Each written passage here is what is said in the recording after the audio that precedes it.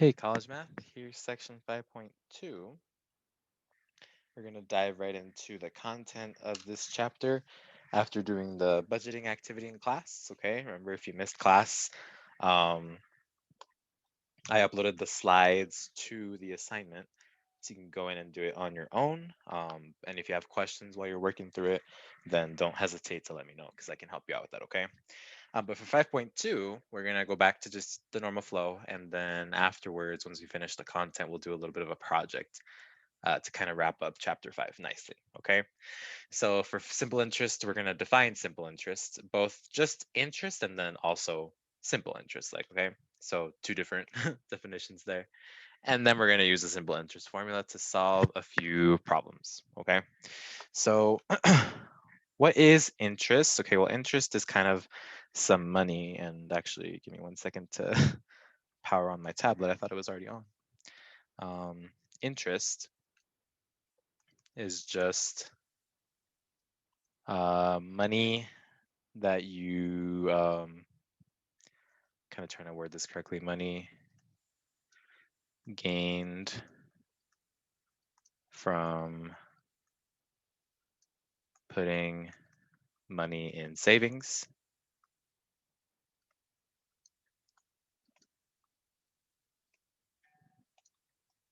And then in the same right, it can be used to refer to money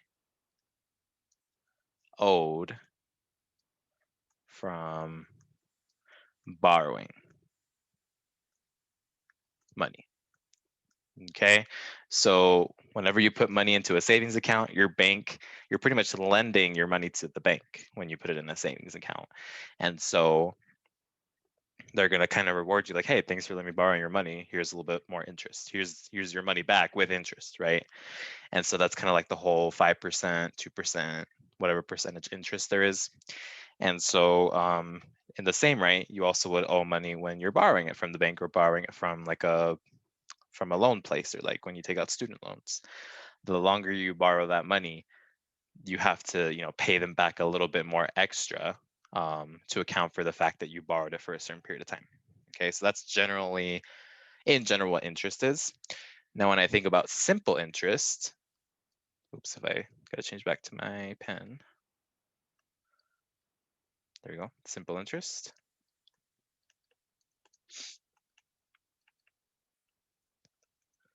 Okay, that's just interest paid only on the principal. Okay, and by principal here, I mean the amount of money that you're borrowing or the amount of money that you're putting into your savings, okay? So you're only going to pay interest on that amount of money.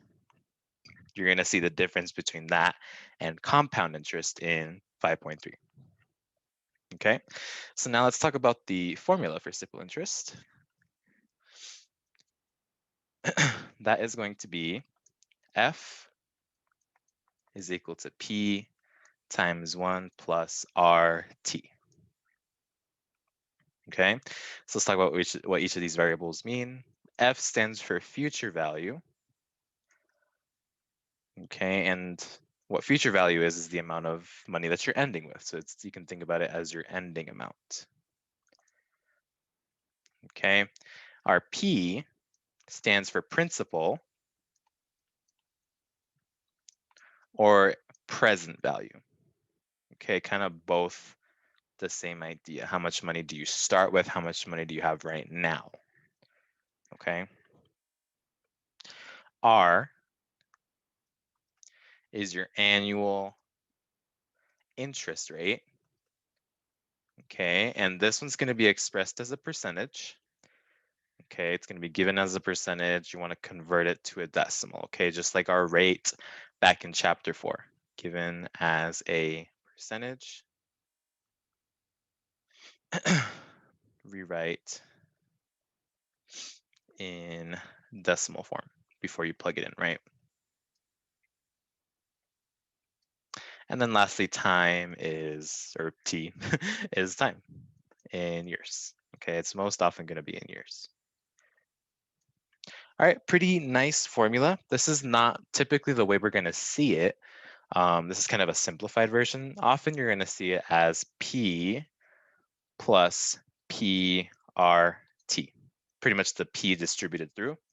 And this one kind of makes more sense as to what simple interest is, right? Your P, remember that's your starting value. So say that you invested $1,000 and then plus whatever amount of interest that you accumulate over a certain period of time, right? Because interest is a percentage, your interest is a percentage of the amount of money that you're investing or owing over a certain period of time. So that's kind of what this PRT represents. And then I want to add that back into my principal. Okay, so this formula right here makes a little more sense as to what simple interest is. This one's a little bit nicer to work with. Okay, you can use either one, you're going to get the same answer as long as you calculate it correctly, right? So let's go ahead and just do a few examples, nothing too crazy. Okay, Sue borrows $2,000 from her bank at 2% annual simple interest. Okay, A is how much will she owe after 5 years? So let's start by grabbing our formula. F equals P times 1 plus RT. Okay, we know our P is 2,000. Our R, it's 2%. My decimal's right here behind the 2, so I got to move it twice over. That's 0.02. And then my T is 5 years, so 5. Okay, so my setup is 2,000 times 1 plus 0.02 times 5. Okay, and so just put that into your calculator. Okay, I would recommend you put it the way that you see it with all those parentheses that I've included. That way it does the order of operations correctly. 1 plus 0.02 times 5. We end up with 2,200. Yes. I copied the problem down wrong from my notes, so I got a different number, but this is okay. 2,200 is our answer for this.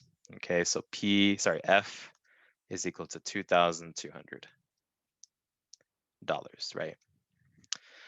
Okay, so borrowing that much money for 5 years at 2% annual simple interest, now she owes 2,200. Okay, so this bank told her, okay, for borrowing this money for 5 years, you're gonna owe us a little bit more than just the $2,000.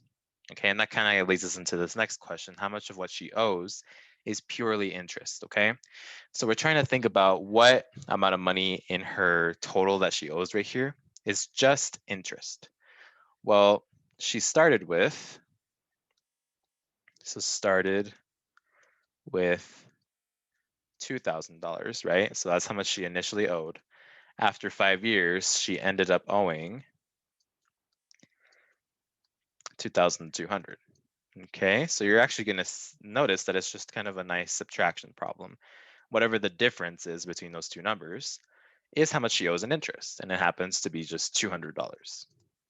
Okay, so $200 is what she owes purely in interest. Okay, this kind of idea is going to stay with us for the rest of the chapter, because in 5.3, 5.4, 5.5, we're going to encounter this question many times. Okay, this is how much you owe. How much of that is just interest? Oh, okay, this is how much now you have in your savings account. How much of that is just interest? Okay, so just kind of keep this idea in mind, where we're taking how much we initially started with, how much we initially paid in, or how much we initially borrowed, and then subtracting off, other way around. Subtracting that off from how much we now owe or now have in our savings account. Okay, had a little bit of a brain fart there. And as far as our last example goes, we have Ben wants to buy a used car. He has $3,000 currently, but wants $3,500 to spend on the car. He deposits his $3,000 into account earning 6.2% annual simple interest. How long should he leave his money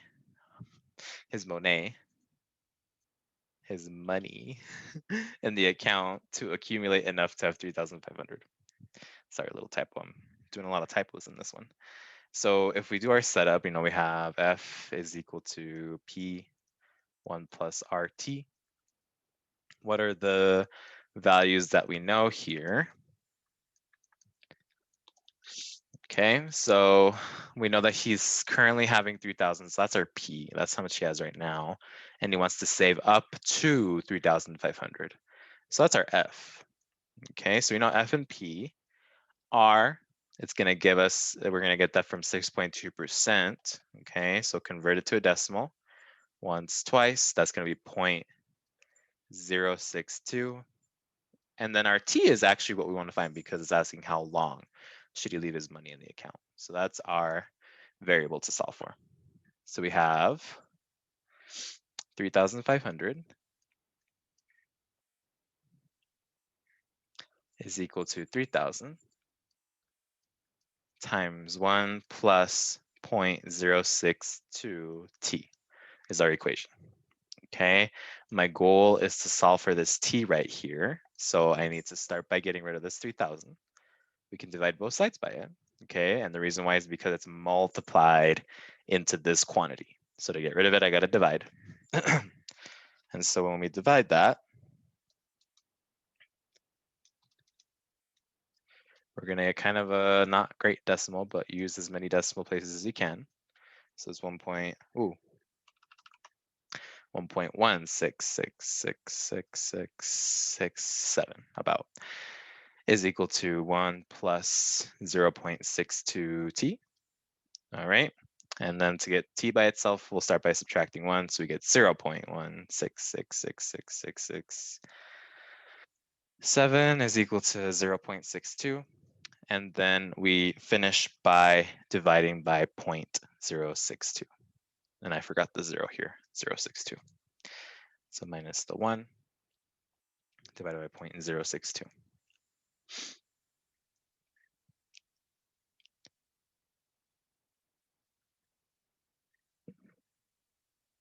Okay, and so we end up with T is about 2.688 years. Okay, so in about this much time, Ben will have the extra $500 accumulated, right? And so it'll take this much time to go from 3,000 to 3,500, meaning that $500 in interest comes from waiting for this 2.5-ish year time period. Cool. So that's not a terribly long time. Although you can, if you think about it, you can always just think about depositing monthly just to get those $500, or maybe you will come across $500 faster than that. It always just kind of depends, right? And we'll talk about alternative ways to think about saving up money instead of just kind of waiting for the money to grow by itself, right? And that'll come more in 5.4. All right. Sounds good, you guys. This was section 5.2, kind of nice. We'll see you again in 5.3 where we talk about compound interest, okay? Have a good rest of your day.